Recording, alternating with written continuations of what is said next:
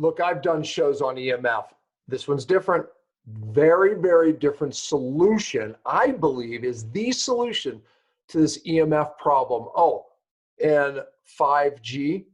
I have been researching 5G for many, many months now. And for the first time in this episode, I reveal my findings. It's not what you think, I promise you. But this was a great show, and wait till you hear what I found out about 5G. Stay tuned.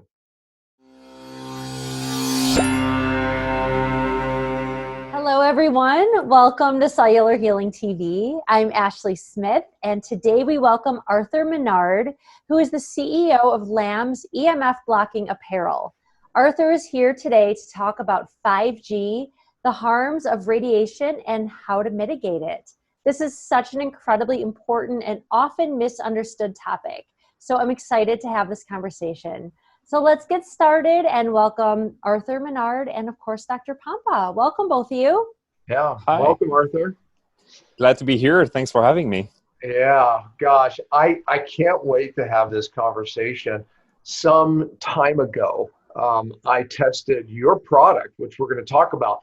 And again, I don't do shows to sell product. The show goes far beyond your product in knowledge, and I believe everybody needs to share and watch the show because you and I agree that the problem or the solution, of EMF is different than most people think, and I think you're right on target. So thanks for being here. I appreciate it.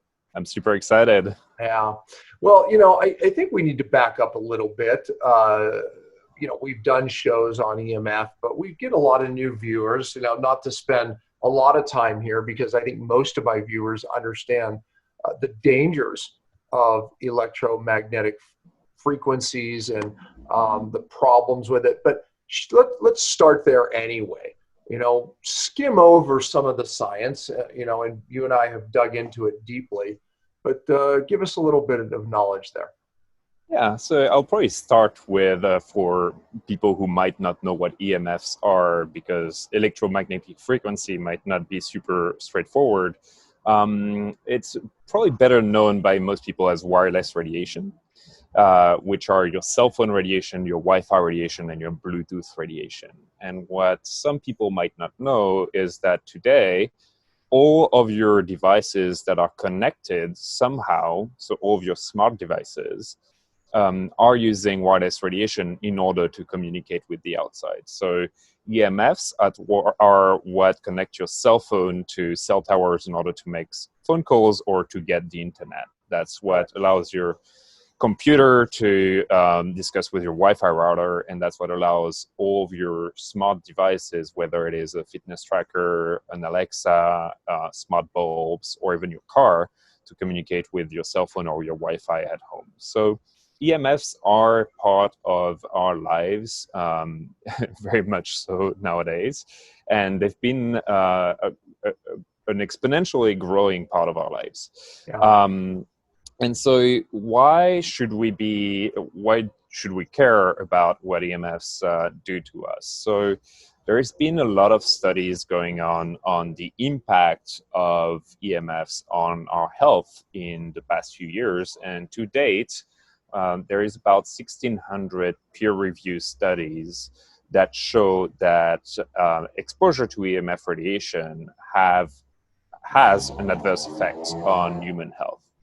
And so a lot of studies have been done on cancer, on fertility, on cardiovascular diseases, but the root cause of the issues associated with EMF can be summarized very simply by the fact that EMF radiation are taken by cells as an aggression because they're polarized waves reaching the membranes of the cells, which are polarized as well.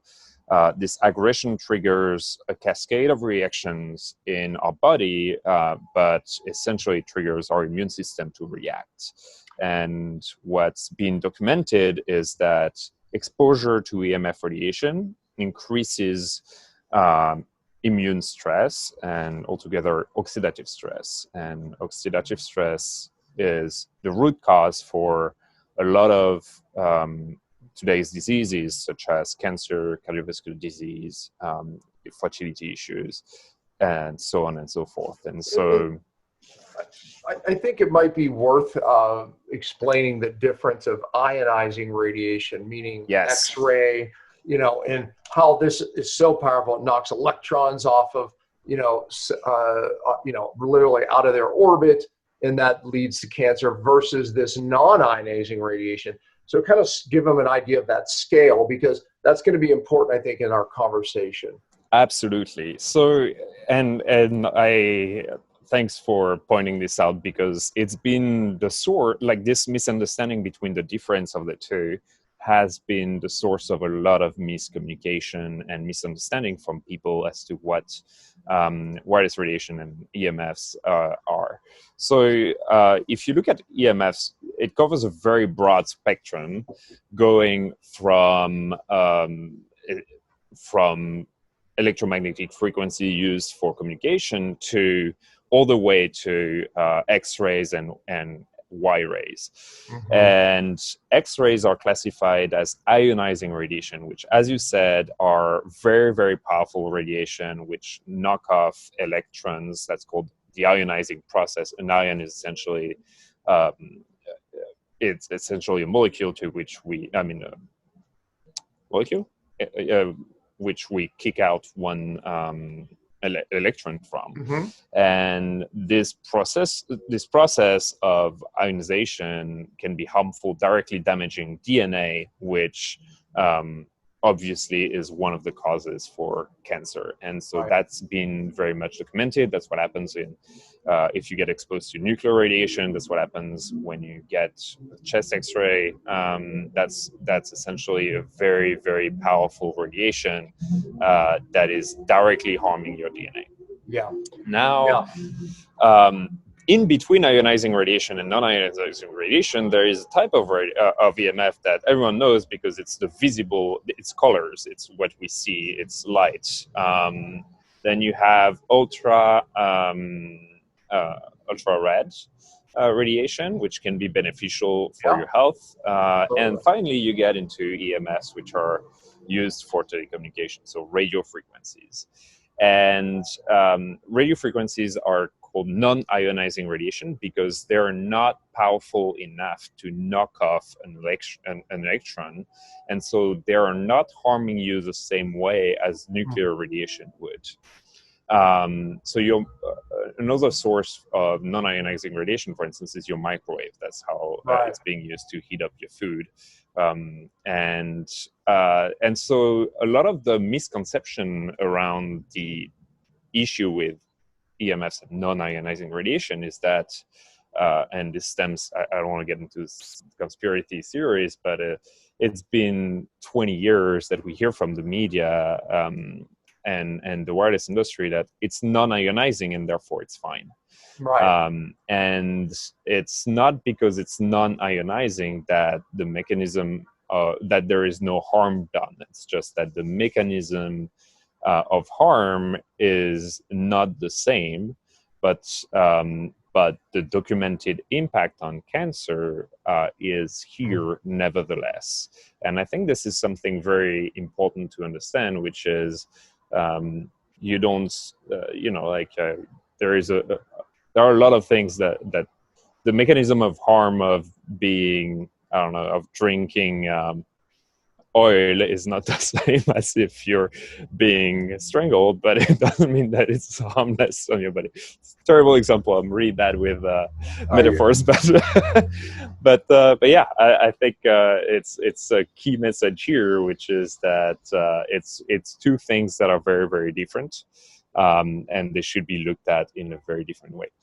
Yeah, no, I agree. I mean, just because it's not is immediately as dangerous as something like ionizing radiation, obviously it's still oxidative, and I think you made that point. Yes. That it's still very, very damaging. I literally was wanting to pull up a picture of that. Let me see here. I don't know if you'll be able to see it, but let me just see if I can screen share. But just to give people an idea, so we could reference back to it. Let's see. Ashley. Yeah, I would have to. Ashley would have to do it, or enable me to do it. But anyway, the bottom line is that we have ionizing radiation over here, very high frequency.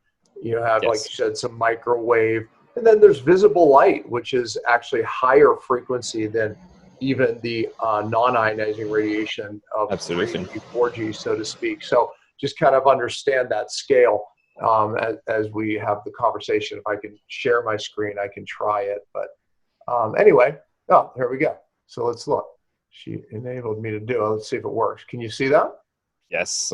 Yeah, okay. So if you look, I don't know if you can see the right of my screen, but here we have some gamma ray radiation here and X-rays. So we know these are very ionizing, very cancer causing. But look, I mean, to the left of that, as we move left, you have ultraviolet, which we know that, that can be damaging too, right? That's very cancer causing to the skin if you get too much of it. But well, a little bit of it, your body deals with it. Here's visible light. And of course, we know that if you're in the sun too long, that can be damaging.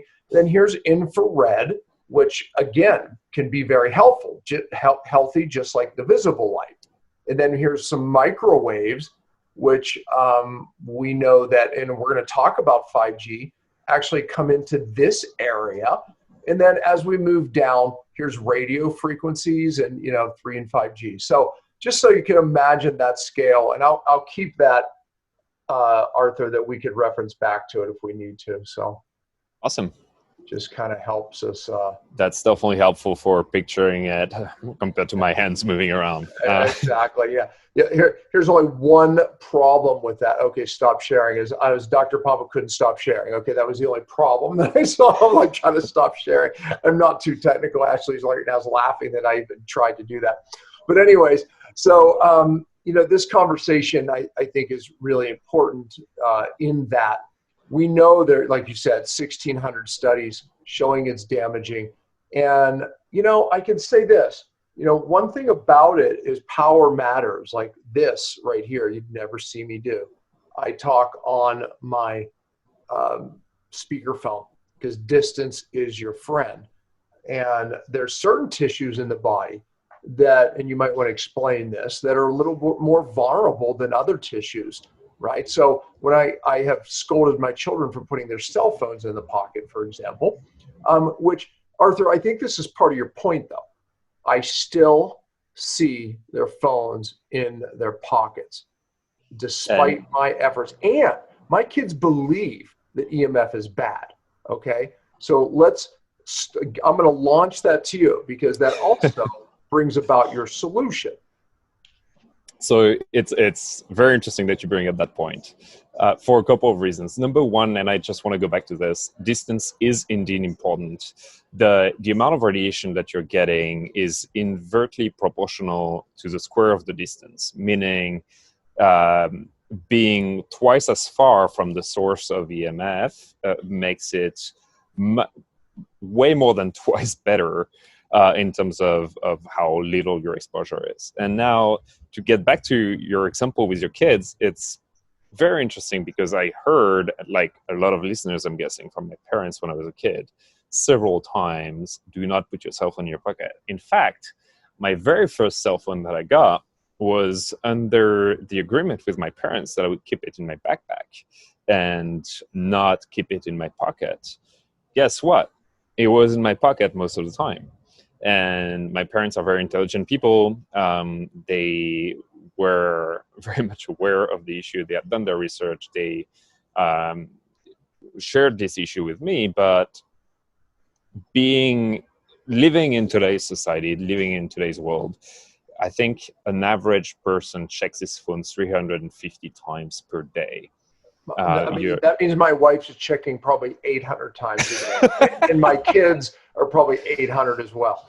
Most likely with kids nowadays, I am very much impressed by how connected they are. But what it is we're not going to keep the cell phone in backpacks. We're not going to be away from the device, and keeping it in the pocket is just the most convenient way. And what we tried to do with LAMS when we created the solution was we realized that we're not going to stop using technology, Right. and that that the efforts that are necessary in order to reduce our exposure were just not compatible with our modern lifestyle. And so we set out to create a solution that would block the radiation from reaching the body so that we can keep on using all the technology available with the peace of mind and confidence in knowing that we're safe and that it does not impact our health. And so we were, right before the show, chatting about how we're actually very much pro technology with lamps, and we can get a little bit more into this. But that's been very important for us from the inception of the brand, which is we're not out there to say stay away from technology, but rather take a few small and simple steps that can make sure that compounded over the years, your future self is going to be much, much healthier and feel much better. And the point too that I was making is that certain tissues are very sensitive, right? And when we look at studies and, putting that in the pocket, hey, I'm very worried about, those tissues, in the area of their privates. And another thing that irks me when I see women, they put it here, right? And right next to those sensitive breast tissues, right? So your product, and I'm going to have to show your product. So because this is no, hold on, folks, don't panic. It's not gonna be what you think here. Okay, see, it says lambs right there. Okay, so I'm a big fan. I really am, because Arthur's point and mine is we're not going to stop this technology. It's only going to get more. So are we going to just protest it? Or are we going to actually just, obviously figure out ways to mitigate the exposure? And your kids putting phones in their pocket in places. Well, lambs, y'all thought of this. And, because if you put your cell phone in your pocket with these underwear on, very, very different outcome. And I'll let you talk about your testing in a minute. Now, then I'll talk about my own testing that I did with your product, because I have tested many shielding products, and I can just say that, let's just say that I have to test them before I buy them, or I'm committed, or I bring someone on the show, because most don't work. Your product impressed me greatly. But so you're developing products around these vulnerable spots, even a beanie y'all sent me that I love, by the way. And there it is. I love it. I love my hat. But the point is that this, I think, is the answer to this problem. And by the way, I'm a guy who flies. The amount of radiation flying is very, very good, and it affects the genitals very much. And I always have my lambs underwear on. People are like, well, of course you have underwear on. It's lambs underwear when I fly, because the amount of exposure that you get. So anyways, talk a little bit about some of the studies, because I would be like, okay, great, it's underwear. And by the way, they're soft, they're amazing. I don't want to sound like I'm doing a commercial, but I'm telling you, even if they didn't work, I swear to you, I think I'd buy them, because I love the material that they're made of. But anyways, talk about the studies. That's what matters. Yeah, I appreciate you saying this, actually, because that's been key for us developing the product in the first place, meaning we've had a lot of people being like, when are you coming up with the next products? And we're constantly rolling out new products, but we take great care to develop products that are amazing in the first place, and not just because of the protective aspect. So our products are also antibacterial, they're heat diffusing, and they fit and feel great, or at least we try as much as possible. And so we keep on trying to improve upon that. We have in our advisory board the former president of Lululemon, who's great with helping us create amazing products, and that's been key in order to create something that people actually want to wear, and not just a piece of armor that would be super uncomfortable. It's great products, yeah.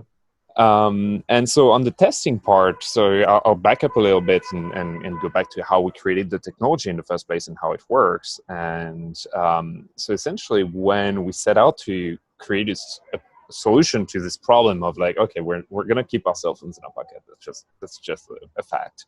So what can we do? And we figured out that we can't block the radiation from the device straight away, because that's how the device communicates. So if we were to shield the device, right, then we better just put it on airplane mode and then we're good to go. But that doesn't really help with getting phone calls or. And by the way, to your point, is that when I test the shields on this, if it works, then it doesn't work, meaning it doesn't connect to the tower.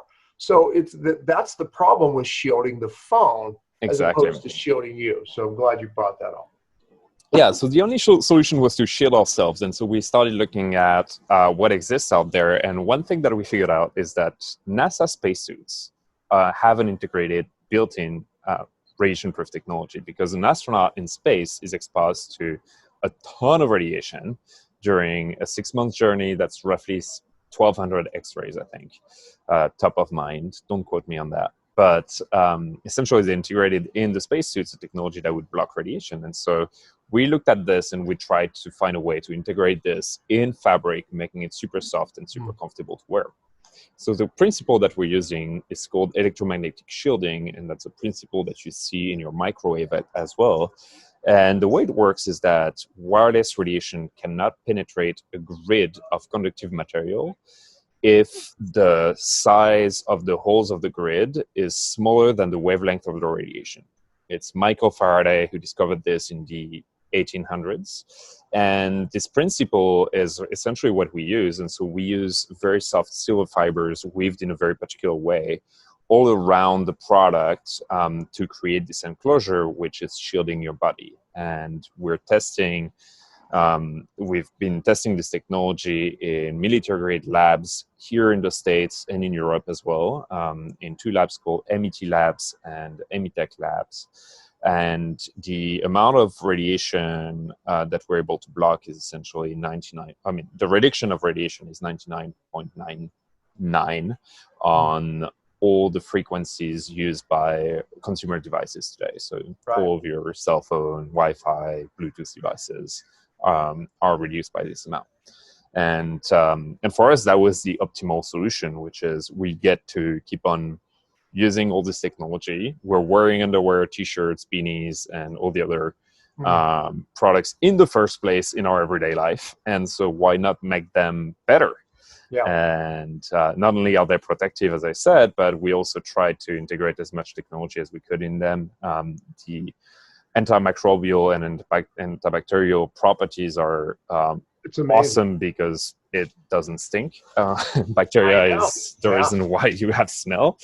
And so, yeah, we've just tried to make them make them amazing and good for you as well in the long run. I want the shirts. I want every bit of it. You know, I want a pair of jeans. I mean, it's like, I am into your product for the safety, and the quality is just above board, man. I love it. So, I did my own test. When y'all sent me some of your product, I said, look, I'll do a Facebook Live if you're not worried about it may be a bad test, right? Because I test a lot of these products, and I don't like, my personality is I don't like, really putting someone's product down. People work very hard, and so I don't want to do that.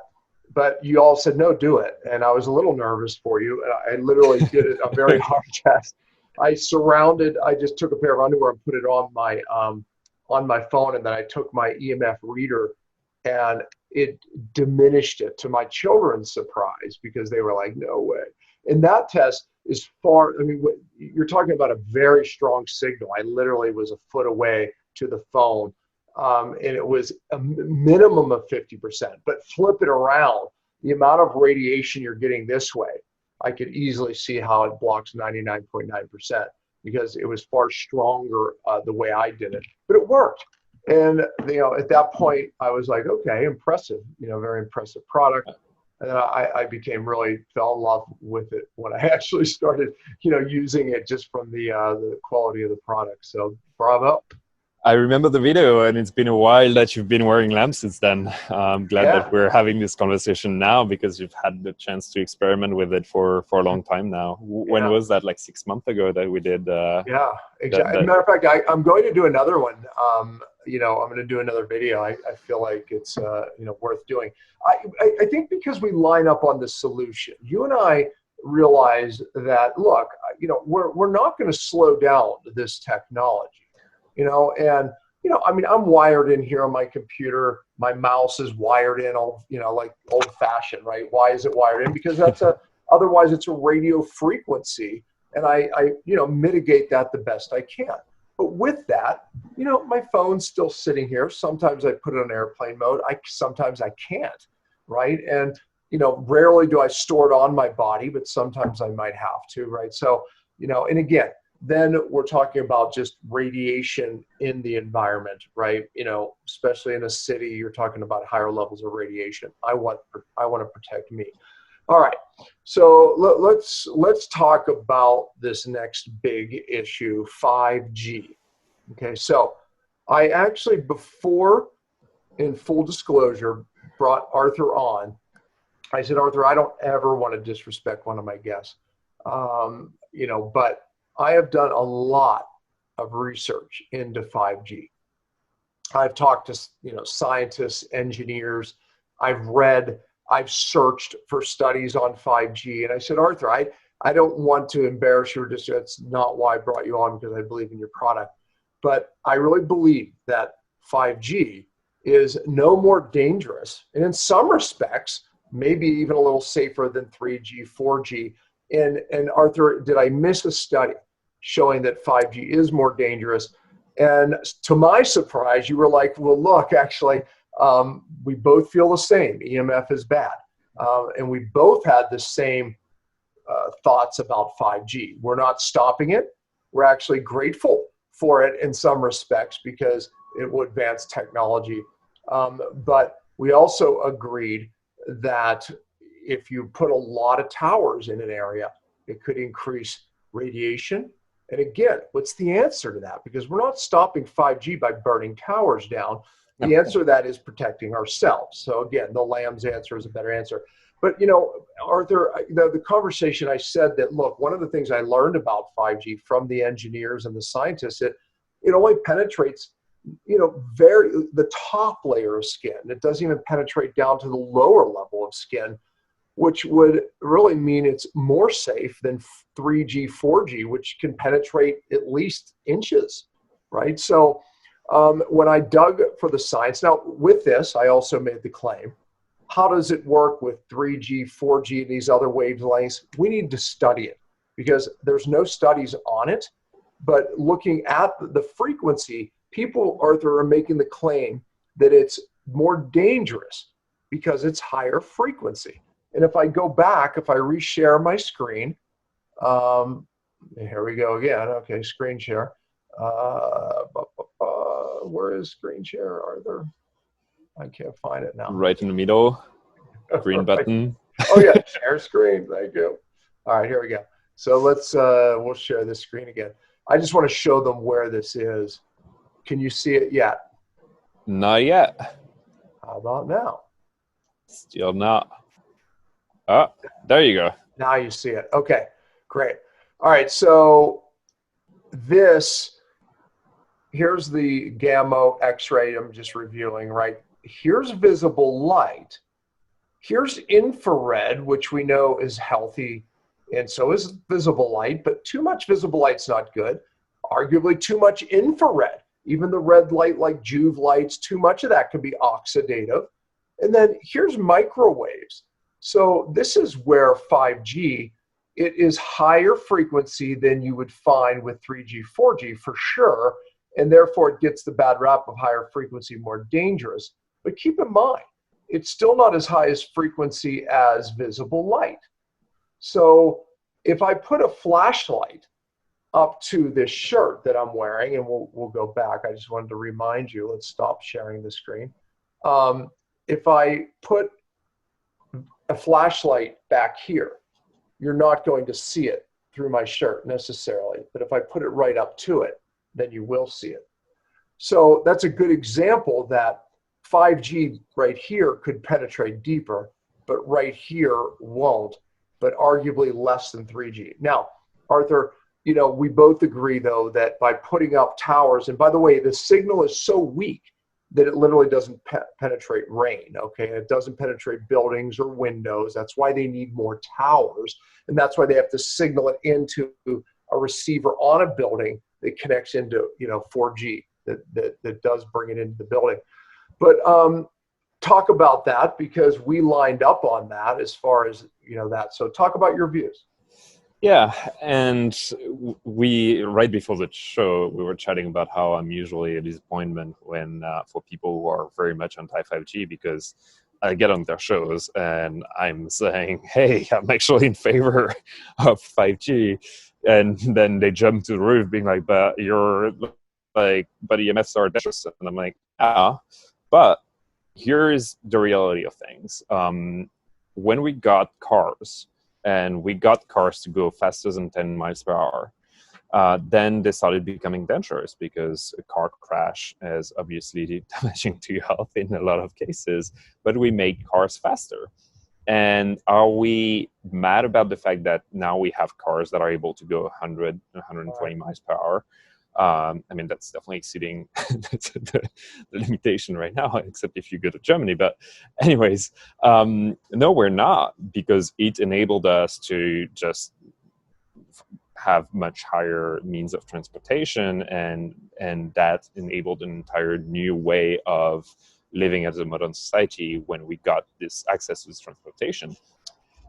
So what did we do to mitigate the risk? Instead of being like, we're going to ban cars who go faster than 10 miles per hour, we built airbags and we built seat belts, and we put in place regulation around how fast you can go and how to drive. And I think this is key here, which is with every new technology like 5G comes the good or the very good. In the case of 5G, to go back to the transportation, it's going to power a lot of great things, such as self-driving cars is one of them. They absolutely need a stronger signal in order to be able to work everywhere and work as a network of cars. And we're going to see probably amazing things from self-driving cars in the next few years, and that's going to be powered by 5G. And that's just one example out of many other examples of what it's going to enable us to do from a technological point of view. So it's a very good thing, and it's going to come with bad, but that doesn't mean that we can't just mitigate the bad. Sure. And the moment we're able to mitigate the bad, that means that, yeah, we can drive the car with a seatbelt on, an airbag, and we're much safer than if we were just driving around with nothing, and we're better off than if we didn't have cars. That's a lot of transportation references. But another thing that I think is important to understand for people who are like, yeah, but we don't know the impact on health of 5G. We need more studies before we authorize it. Whilst I generally agree with the approach, and I hate myself being a guinea pig for an international experiment such as this one, which is like, we have no idea what the impact of exposure long-term to EMFs, how bad it can be. And we only have pointers from studies done on mice, which are really not good from a result perspective on the impact on health. At the end of the day, if we look at the situation from a geopolitical point of view, China is rolling out 5G. Other superpowers are going to be rolling out 5G, and the US is never going to say, okay, we'll sit this one out and we'll just, be technologically less advanced than other countries. It's just never going to happen. So 5G is going to happen. It's going to bring a lot of goods. And I think we all have a way to mitigate our risks, and that's probably the best way to go about it. So yeah. No, I couldn't agree more. I did my own test that was pretty interesting, because they were putting a tower up here, and I spoke to the engineer, and very, very knowledgeable. And he said, look, you can measure it yourself. It gives off a very beam, like about the size of this. And you really can't detect anything until you would get very close to that beam. So, testing that, he was actually right. So then they, said, well, look, we could put one of the receivers on your home. You could always turn it off. You don't need to use it. Because I was interested in testing my Wi-Fi before and after a 5G signal into my home. So I did. And I did that. And to my surprise, and I have video of me here's my number with, the amount of radiation that was, just in my home without the signal. And then we installed it. And to my surprise, it wasn't the same. It was actually less. So I said, why would that be? Because my internet is so much faster. He said, well, that has nothing to do with it. It's connecting faster. And the worst thing is when you have signals searching, and then connecting the moment it connects, and that's what dropped the actual radiation in my home. I have the numbers to show it, which, again, that was my own experiment. I don't know what having more towers will do to all around radiation. Maybe it will increase it. I think more studies need to be done. And if it does, we're not going to stop it. The best thing to do is protect ourselves, which, is your product. So, just an interesting conversation, because so many people who watch the show are just buying into 5G is bad. I'm just not that guy. I'm curious by nature. And maybe I'm missing something. I'm open. But I have looked at the studies, and the studies are on 4G, and I really can't find one convincing study that 5G is worse. Oh, and then the active denial system. 5G is used in military technology. I read those studies too, and it really is crowd control. And one of the reasons they don't use it really, it's because when people had thick clothes on, it didn't penetrate. But if they could hit it with a super high power of this, they would feel heat on the skin. But in the studies, it didn't penetrate below the skin, but it would create the sense of heat on the skin. That's why they used the active denial system, crowd control, etc. But as a military weapon, it failed because clothing was the problem. So, that's the point. I use, this light right here, visible light, is a higher frequency. And again, if I put it here, you see it. But if I back it up, you don't. You see that? There, you see it? Well, maybe I went through too much there. There, you see it? There, you don't. And that's higher frequency than 5G. 5G, one of the problems with it is it doesn't even penetrate a leaf. And that's why you have to have towers every 100 meters. It doesn't penetrate. But more towers, we create less interference with things. And then we have to connect it into a building. But I guess the point where Arthur and I really agreed is we're not going to stop it. And there's a lot of benefits to 5G. So let's protect ourselves regardless as they do more studies. What we do know, Arthur, is 5G, 3G, 4G, whatever, and maybe there's a 6. But the fact is this this radiation is going to go up. And there's nothing we can do except protect ourselves. That's why your product I'm in love with. Yeah, and it's interesting to look at kind of the history there as well, meaning the current safety standards that were designed, first of all, were designed before the studies came out and before we had any idea what the mechanism of harm of EMFs were. And the safety standards were set in the 90s, where back then you had a brick phone, probably the size of this mug. You'd use it 2 minutes per week, if that, and and that would be the only source of EMF in your entire life. Whereas nowadays, if I just take here, I turn on my Wi-Fi, I've got 37 signals around me. And so the amount of exposure that we have today is just unfathomable compared to what we were just about 10 or 20 years ago. So it's Professor Johansson who estimated that we were about a quintillion more exposed to wireless radiation today than we were 10 years ago. Yeah. So quintillion is a 1 and 15 zeros behind. That's just insane. Yeah. And the approach that we both have, Dan and I, is essentially to say, well, we can either go live in mountains, and I don't think either of us want to do this, or it's an alternative. It's a choice you have, though. It is. You can try and wrap yourself in, or never leave your home and wrap your entire home in tinfoil. But the better choice, or more obvious choice, is essentially to get protected and just carry on with life and get as much as life as possible, both from a health perspective and from a quality of living and technology perspective. You know, that's what we're about.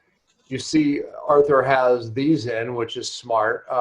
He would lose all credibility if he had the earbuds, that wireless earbuds, right? I did a Facebook Live on that with my kids. Were like, they were wearing them, and I said, okay, we're going to test this. So I took my son's friend, and he had him in, and I measured.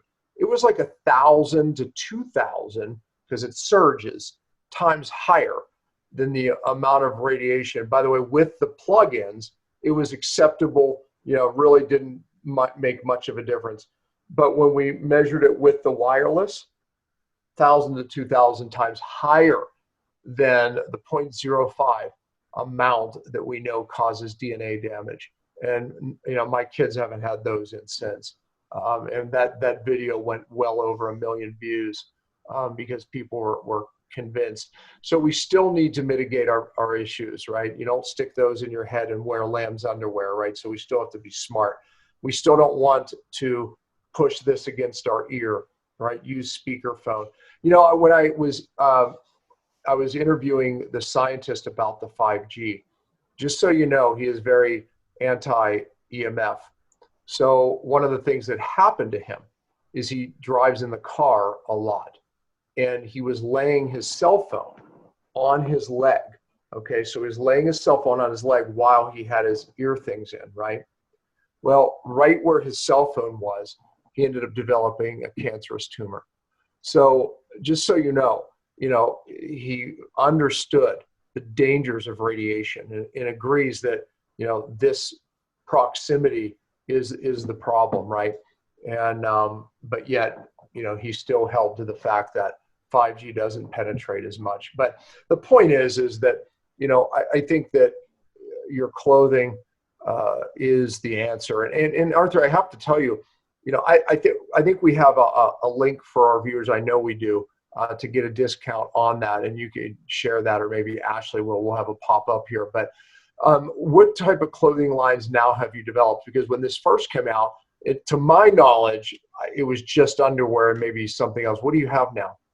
Yeah, so we started originally with underwear because cell phone in the pocket, right? That was the obvious choice for us.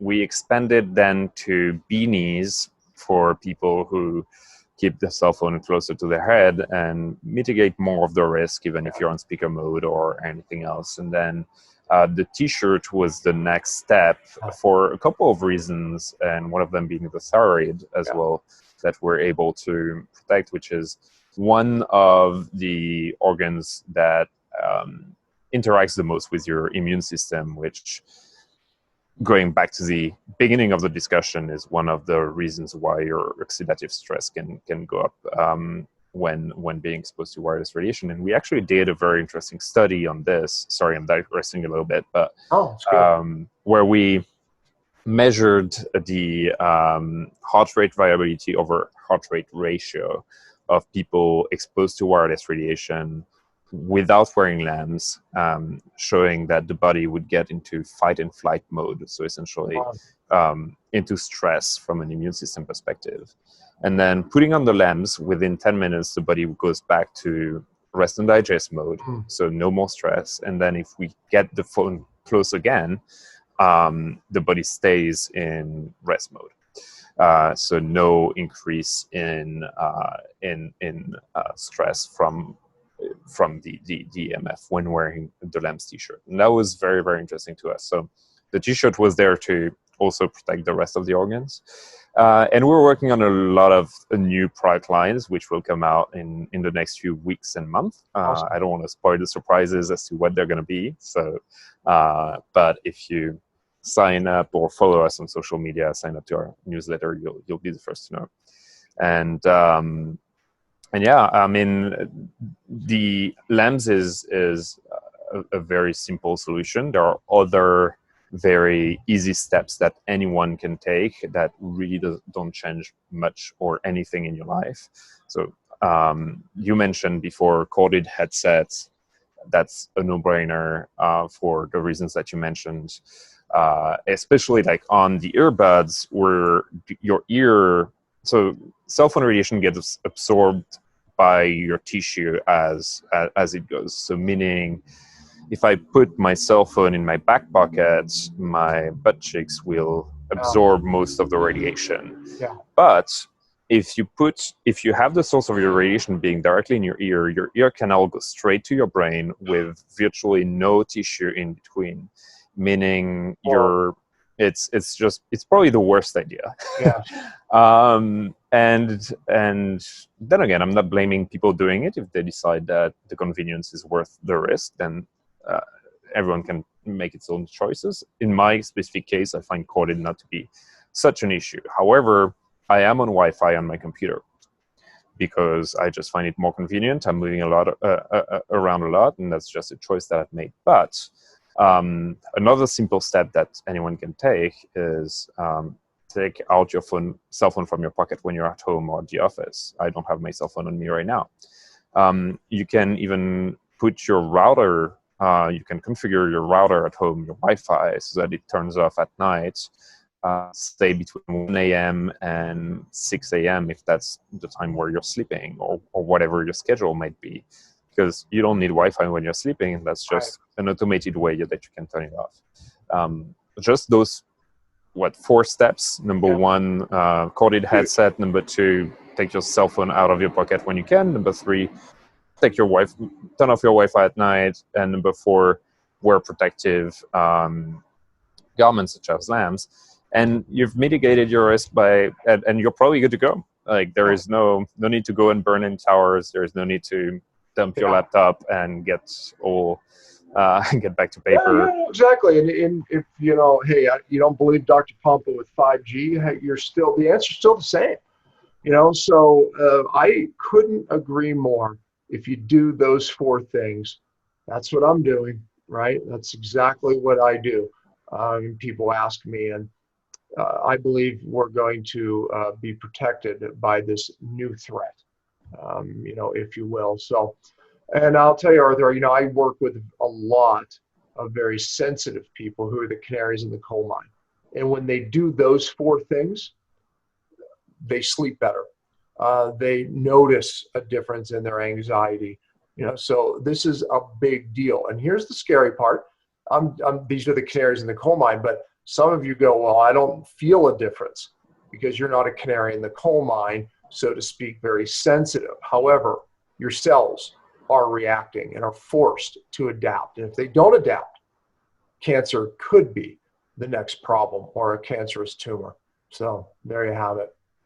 Yeah, the experiment that we did about the reaction from an immune system perspective, from an autoimmune system perspective, was for us really eye-opening moment where we were like, wow, there is an actual reaction like right now to your body on exposure, whether you feel it or not. And that's right. And that's the difference between your body performing to its optimal state or not performing to its optimal state, which can over time it's a compounding effect essentially. And it's it's interesting. Gas that you have at home smells because they put smell in it. They put smell in it because it's an invisible threat otherwise that you wouldn't know. And that's what's happening with wireless radiation. It's everywhere. We don't see it, we don't feel it. That's a great example. I mean, if we could put a smell on EMF, you'd be like, gosh, this smell is just increasing, right? Yeah, absolutely. And I like to give the example, like the moment where I really got started with LAMS was when I ended up on the World Health Organization website, and the classification of wireless radiation or cell phone radiation was a class 2B human carcinogen, which is the same categorization as car exhaust fumes. And you smell car exhaust fumes. And if a car was running in the same room as I'm working or sleeping or living, I'd be out of here. and and that's essentially what's happening with wireless radiation. We just don't see it. But fortunately, there are just easy steps we can do. We don't need to go out and burn those towers. Those 4 steps. Hey, Ashley, I'm going to bring Ashley back on and just make sure that I don't know what I should have asked ahead of the show. Ashley, what is I know that many people watching us are going to want to get the products, and Revelation Health offered a discount. What is that? Yeah, so we have a special link. I don't think it's like an easy to say link. I'm looking it up right now, but I will definitely type it in the notes for sure. And I'm going to look to see if we have a code, which I think we do. Yeah. Well, and the show's recorded, so we'll have all that on the screen, and we'll offer them an incentive, because obviously I want people to get protected. And Arthur, great show, great product. I believe this is the answer to the problem. Burning cell phone towers, absolutely not the answer, and I have to say that in today's day and age as people are protesting.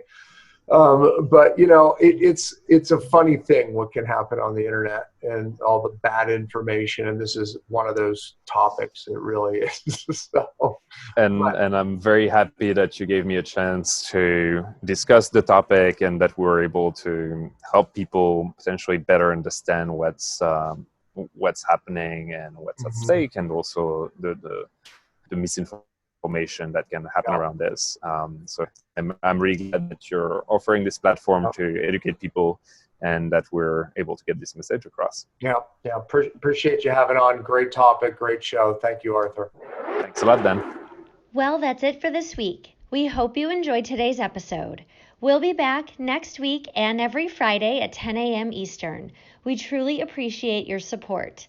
You can always find us at cellularhealing.tv, and please remember to spread the love by liking, subscribing, giving an iTunes review, or sharing the show with anyone who may benefit from the information heard here.